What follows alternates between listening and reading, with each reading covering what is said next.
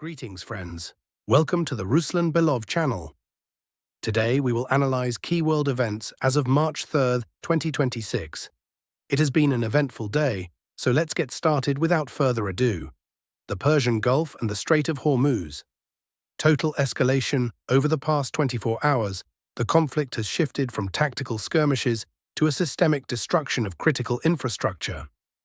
Iran has concentrated its main efforts on striking the energy backbone of the Gulf states, specifically fuel storage facilities and port objects.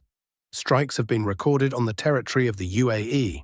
In the industrial zone of Al Fujairah, in the northeastern part of the country, strategic fuel and lubricant warehouses and facilities related to fuel transshipment onto tankers were destroyed. According to available data, it was precisely due to these strikes that the UAE president contacted Putin. However, judging by all appearances, he received a refusal. Moscow's position is becoming increasingly clear. The Kremlin benefits from the chaos driving Brent crude prices toward historic highs, and Russia is in no hurry to pull Western allies out of the fire. In parallel, the Emirati leadership held emergency talks with Zelensky. The discussion concerned assistance in countering Iranian drones, either in the form of technology or specialists. According to reports, the Ukrainian side generally agreed, and experts may be deployed to the UAE in the near future. Similar strikes were carried out on the port infrastructure of Oman. A direct hit on an oil storage facility was recorded, followed by a massive fire that is still burning out of control. The naval blockade and the shadow fleet Iran is adhering to a scorched sea tactic in the Strait of Hormuz. Any vessel attempting to pass through is being targeted. Tehran declared that not a single drop of oil would leave the Persian Gulf. Dozens of supertankers have dropped anchor in anticipation, some south of the strait, others to the west. Insurance giants in London have effectively suspended coverage for the region, freezing maritime traffic. A critical, underreported aspect of the last 24 hours is the hunt for Iran's so-called Phantom Fleet, the hundreds of grey market tankers that transport sanctioned oil to Asia. Coalition naval forces have seemingly abandoned the rules of engagement regarding commercial shipping. We are seeing reports of boarding parties seizing vessels, and in some cases, hull-breaching strikes on tankers suspected of carrying IRGC-affiliated cargo. This is an attempt to economically strangle Tehran before the ground phase begins. In response, the US-Israel coalition is methodically destroying Iran's naval fleet and port infrastructure. Fresh satellite imagery from March 2nd shows thick black smoke over the main naval base at Bandar Abbas. A significant portion of large ships, including the converted merchant vessels used as drone carriers, has been incapacitated.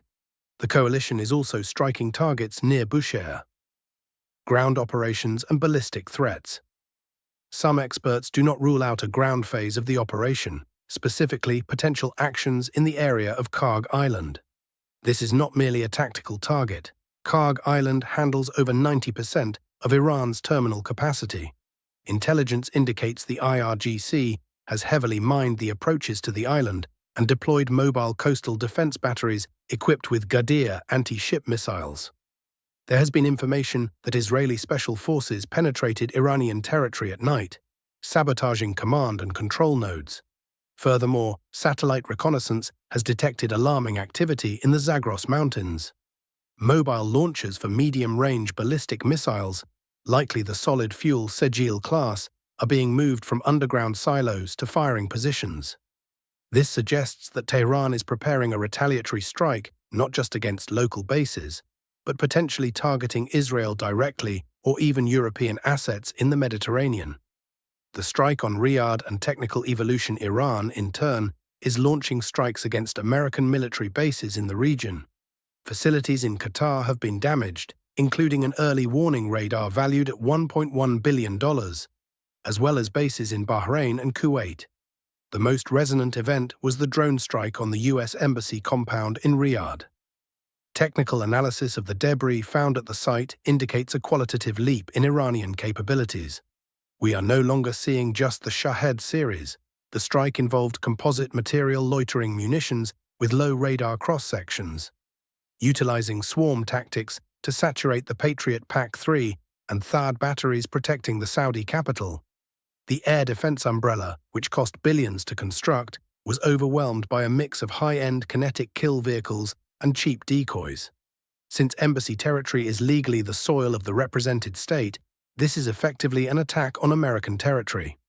Trump stated that what has been seen is far from the limit of Washington's capabilities and warned of an upcoming, more powerful wave of strikes.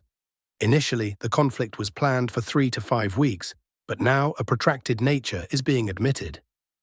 Economic fallout and geopolitics. Economic consequences are already palpable. Gulf states are reportedly losing up to $1 billion a day due to the paralysis of airports and ports. LNG production capacities in the UAE, Qatar, and Bahrain have been halted. The largest oil refinery in Ras Tanura, Saudi Arabia, has sustained serious damage. The geopolitical ripples are reaching Beijing. China, dependent on the region for about 50% of its energy needs, has broken its diplomatic silence. While not officially intervening, planned Chinese Navy vessels in the Indian Ocean have been put on high alert, ostensibly to protect shipping, but effectively signaling a red line to the US coalition regarding a total blockade of Iranian energy exports to Asia. Bloomberg has already named Russia the main beneficiary of the conflict. A number of European politicians have cautiously begun speaking about reviewing sanctions, restrictions on Russian energy resources, as the European energy market faces a catastrophic deficit. American embassies across the Middle East are closed, and US citizens have been recommended to leave the region immediately.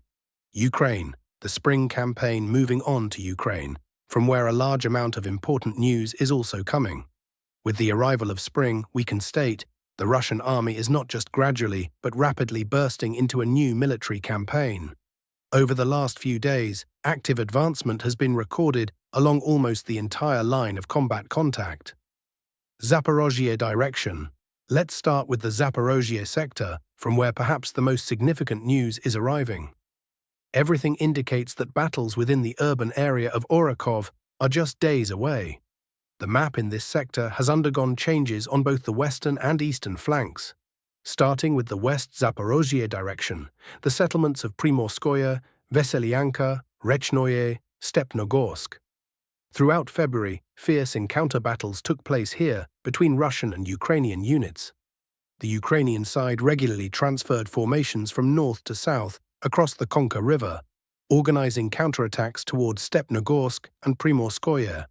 Information circulated online that Ukrainian units occasionally managed to breach defenses and enter the Russian rear. But this found no confirmation in video footage or publications from reliable sources. Today, the Ministry of Defense of the Russian Federation reported a significant improvement of positions near Veselyanka. Based on this report, the map has been fully corrected in favor of Russian units. Comparing the current situation with the map from late March 2nd, it becomes obvious. The battle for the southern bridgehead of the Konka River is entering a decisive stage. Ukrainian forces likely still retain control in a number of forest belts and pockets. But the loss of Veselyanka radically changes the overall picture. No one can deny that the Russian army might attempt to move northwest by forcing the Konka River. If the crossing takes place and Russian units manage to secure a foothold near Grigorovka or Malokatarinovka, and we are talking about a bridgehead of that scale, then we can speak of the Russian army reaching the Zaporizhzhia agglomeration itself. This is not yet the city of Zaporizhzhia, but already its agglomeration. Notably, Malokatarinovka and Grigorovka are virtually unseparated from Zaporizhzhia by any significant distance.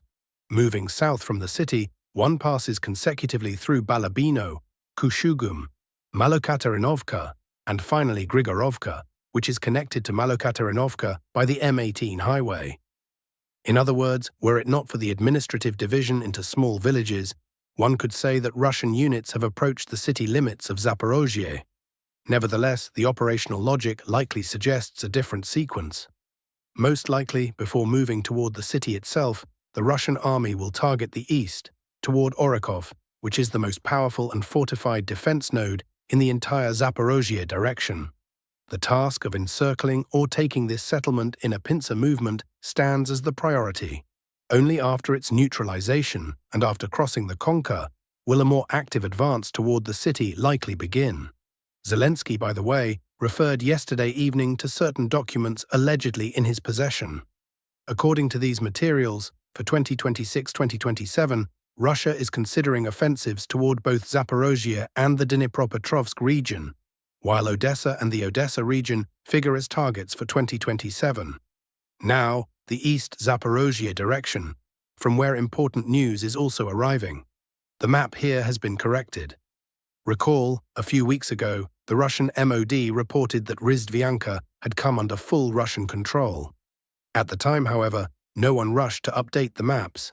Everyone understood perfectly well that Rizhdianka is a key node of the entire AFU defense in Zaporizhzhia, and its actual loss would mean the collapse of the entire defensive system in this direction. Confirmation was awaited. The first video appeared on March 1, 2026. Russian soldiers from the Vostok troop grouping were filmed raising flags in the southeastern part of the settlement. Today, March 3rd, another video was published, containing 2 episodes. In one, a flag is raised in the southwestern part. In the other, on the territory of farms in the northeastern part of Rizhdianka. Summing up all 3 episodes, we can state with a high degree of confidence: the settlement is either already under full control of the Russian army, or battles for its northwestern and western quarters are concluding right now. There are more than enough grounds to believe Rizhdianka will be under full control in the immediate future. Recall that previously, Russian units were actively attacking south of Vozdvizhevka and Verkhnaya Tersa. Today, both of these key AFU defense nodes are caught in pincers, and the Russian side, by all appearances, will systematically tighten the noose around their supply lines. Further east, maps have also been corrected by pro-Ukrainian cartographers. According to their data, the Ukrainian side continues to probe Russian defenses in the direction of Uspenovka and the main defensive line running between Gulyai Pole, Uspenovka, Zelenoye Pole, and Velikaya Novoselka. If the Ukrainian counter-offensive in this sector is indeed continuing, the Russian side is likely preparing to meet it. Time here works against Ukraine. With the arrival of spring, defending and holding positions becomes significantly easier. If Ukrainian units maintain their pace, they should reach the northern outskirts of Uspenovka in 5 to 6 days. And then a crucial battle will unfold there. Donbas and northern directions. Moving to the Dobropoli direction. A number of neutral cartographers have begun correcting maps. According to the latest data, the Russian army has shifted to decisive infiltration in the northwestern direction, once again employing the tactic of small assault pairs. Small groups are filtering through the main AFU defensive lines, moving as far as possible from Russian positions and approaching Dobropolye. This is exactly what both neutral and pro-Western experts are discussing today. In the fields between Grishino and Dobropolye, dozens, if not hundreds, of Russian stormtroopers are already operating in pairs. Map corrections in this area will likely follow in the near future. Additionally, information is coming in about the destruction of a dam near Dobropolye, presumably as a result of an artillery or airstrike. A significant portion of the surrounding territory is flooded, substantially reducing Ukrainian logistical capabilities. All this serves as evidence that the Russian army is systematically disrupting Ukrainian supply lines. Regarding Konstantinovka, there is practically no information, and it is difficult to judge the stage of the Russian offensive that began there a few days ago following the destruction of the dam on the city's northwestern outskirts, moving to the Slavyansk sector. Here too, with the arrival of spring, the Russian army has notably intensified activity. The pace of the offensive significantly exceeds that of January. On the Alexandrovka-Nikolaevka sector, significant advancement has been recorded over the past few days. Yesterday, the Russian MOD reported advancement near Reznikovka. Today, footage confirming the presence of Russian units and their attempts to secure a foothold in Fedorovka too has been published. Most likely, the MOD will officially confirm full control over this settlement in the near future, which is essentially the last one on the second line of defense for Slavyansk. After the conclusion of battles for Fedorovka, battles for Dibrova will begin, and after that, the Russian army will attempt to advance on Alexandrovka from multiple directions. However, it is here that one of the most powerful AFU fortified areas is located. The combination of Alexandrovka, Kaleniki, and the vast forest massif to its north represents the largest defensive line in this sector. It is on the battles for this stronghold that the timing of the final, possibly general battle of late 2026 for Slavyansk depends. Slightly to the north, Russian units continue advancing in the areas of Drobyshevo, Yarovaya, and Svyatogorsk. The Ukrainian side is transferring reinforcements to the Tatianovka, Prishib, Sidorovo line, striving to prevent the crossing of the Seversky Donets and the emergence of Russian forces in the rear of the AFU, grouping in the Lyman and Slavyansk directions. Some sources suggest an interesting operational concept: forcing the river and creating a bridgehead on the Ukrainian bank, with a subsequent push to the M03 highway, which would allow for the envelopment of not just Slavyansk, but also Lyman. We will watch closely. Much could change in this direction soon. There has been no significant news from the Kupiansk direction since approximately mid-February or early February 2026.